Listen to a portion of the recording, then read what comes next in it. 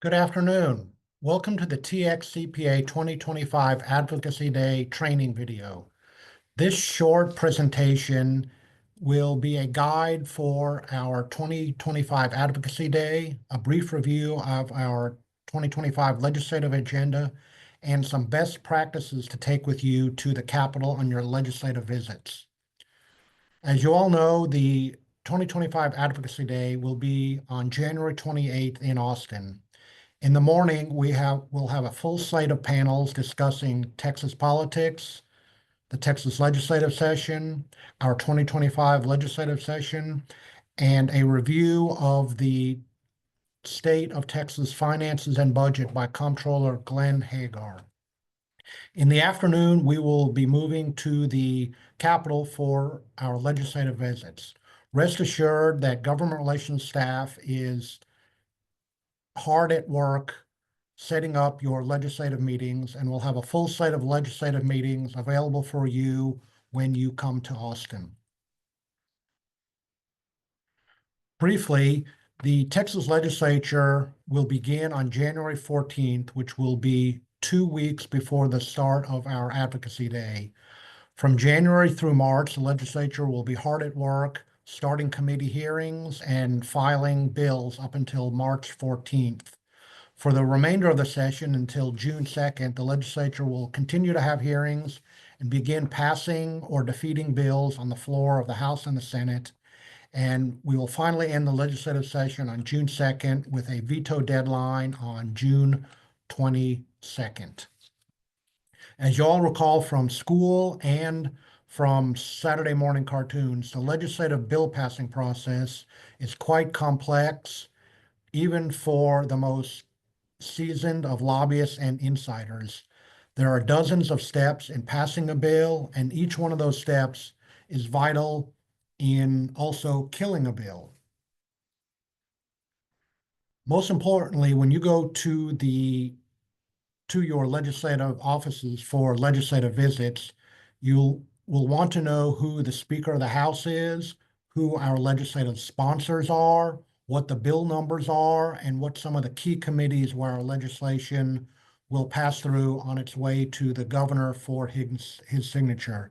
On the House side, a bill is designated as HB, and on the Senate side, it's designated as an SB.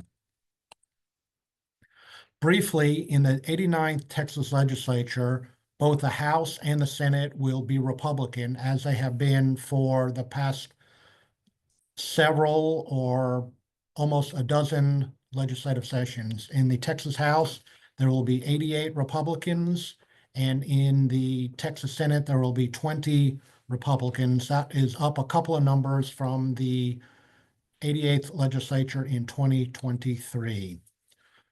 So as you go to the Capitol, it's always important to know what the difference between lobbying and advocacy is. Advocacy is what you, as members of an organization or profession, are doing to influence legislation. You're taking your information on what is good for the society, what is good for the profession, and taking it to legislative offices to try to convince them that it is important to support, or in some cases, not support, a particular piece of legislation. Lobbying is what insiders like me, our lobbyist team, and others work on your behalf and take a more detailed approach in convincing legislators and legislative offices to support or oppose particular pieces of legislation. That is often known as political persuasion and trying to get them to do things on behalf of the society or the profession. As an advocate, you are drawing attention to particular issues of importance to the society, to the profession, to government officials, and making sure that they have the information to make an informed vote or an informed decision on a particular piece of legislation. Advocacy also includes developing strategies to influence that, everything from a letter writing campaign to making calls to push notifications and walking the halls of the Capitol, which we'll be doing in Austin on the afternoon of January 28th. So advocacy, there are many different ways that you can advocate on behalf of the Texas Society of public accountants, certified public accountants. One is to just have conversations about our issues with members, with the public, with legislative offices. Another way is to support TXCPA in its positions, either through letter writing campaigns, through calls, and through walking the halls of the legislature during Advocacy Day and at other times as well. And simply volunteering your time to be on different committees and different programs, which we'll talk about shortly. So the 2025 legislative agenda that TXCPA has put forward is quite aggressive and quite proactive as compared to past sessions. We've all been talking about the CPA pipeline for many years now, and we have had Senator Perry introduce two pieces of legislation that are very important to us and the profession. The first being Senate Bill 262, which will create an alternative pathway to becoming licensed.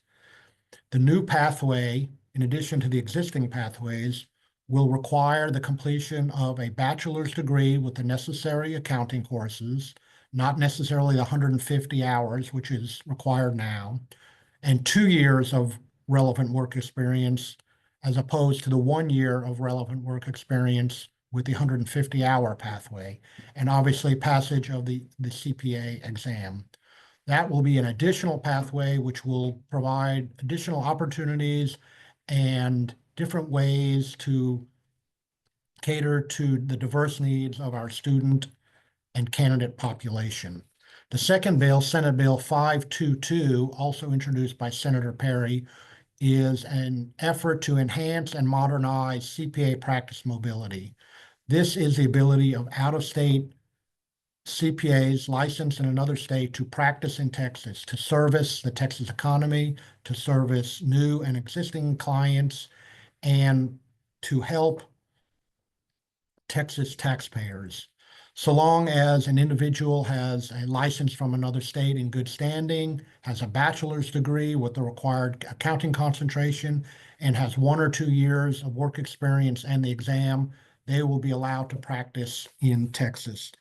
This legislation is vitally important as many states are also considering changes to the licensing pathway. And in an effort to make sure that CPAs can continue to cross and to service clients in other states, many states are looking for an enhanced and improved and modernized mobility statute. So we hope to be able to pass this legislation as well. Representative Angie Chen Button is expected to introduce House versions of those bills very shortly. A couple of other issues that we're always looking at are sales tax on professional services, making sure that accounting services are not taxed. And also, we are looking to introduce some legislation that will allow the Texas Society to get some additional licensee detailed information from the state board to enhance our advocacy and our membership programs. Additionally, we're also looking at the regulatory oversight of the CPA license to make sure that there are proper regulations in place and no additional or burdensome regulations get added to the profession. And we're always and uniquely looking at making sure that any tax legislation that is passed is something that can work for the economy and something that the profession can handle and properly service. As a reminder, Senator Charles Perry and Representative Angie Chen Button are the two CPAs in the Texas legislature that often carry TXCPA legislation. So if you get into those offices or see them, make sure to thank them for their efforts and their help. In the Texas House, the Licensing and Administrative Procedures Committee and the Calendars Committee are the two most important committees where our legislation goes through and must pass out of before it gets to the House floor. In the Senate, the Business and Commerce Committee is the committee that has jurisdiction over accounting and professional regulations. So make sure you stop by those members who are on those committees and thank them for helping us out.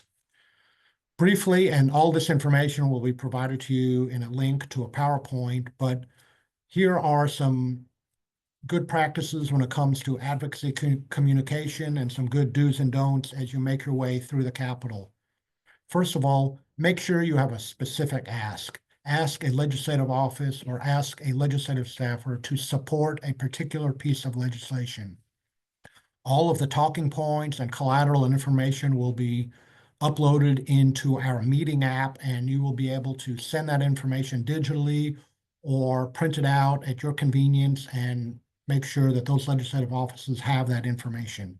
Be articulate, be polite, follow up with those offices. Our app will also contain some information where you can report back to us on the effectiveness of your meeting so that we can follow up with those offices to make sure that all their questions are answered as we move through the legislative process. A couple of do's and don'ts.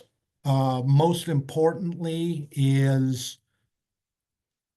make sure you have an openness to those offices. They are taking time out of their very busy schedules to meet with you and constituents. So be open to schedules, be open to some flexibility, thank staffers, always be a resource.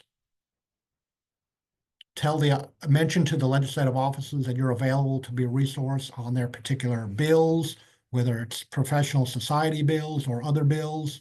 They're always looking for experts, and especially accountants and CPAs, to provide some expertise in particular areas. Finally, some other key important reminders is make sure that you follow up with those offices, send them a thank you note, make sure that those offices understand our positions so that when we follow up with them later on in the session, they will remember seeing you and remember that information that you gave them. And most importantly is be on time. We are setting up close to 150 different legislative visits. Some will be overlapping. You will hopefully not have any conflicts between your representative and your Senate districts, but make sure you be on time. That is most important as session gets busier and busier. The app will also have a map that will have a little more detail on where legislative offices are in the Capitol Extension. Our hotel is on East 11th Street, which is 2 or 3 blocks to the right, just outside of the map. So we will have buses running to the Capitol for legislative meetings and for the legislative reception that evening, but it is definitely within easy walking distance if you have time to get to the Capitol. As we mentioned, there will be an Advocacy Day app, and we will provide some more information about that app as we get closer to the meeting, and a short training of the app's usage at Advocacy Day itself. And lastly, if you want to participate in any other advocacy opportunities that TXCPA provides, please reach out to government relations staff. We have plenty of committees, key persons program, our bill review program, and always we are looking to increase our PAC participation amongst our members. Please follow us on your social media channels, Twitter, Instagram, Facebook, LinkedIn. Please reach out, post, let us know how we're doing. And we look forward to seeing you at Advocacy Day on January 28th. And please reach out if you have any other questions. Thank you.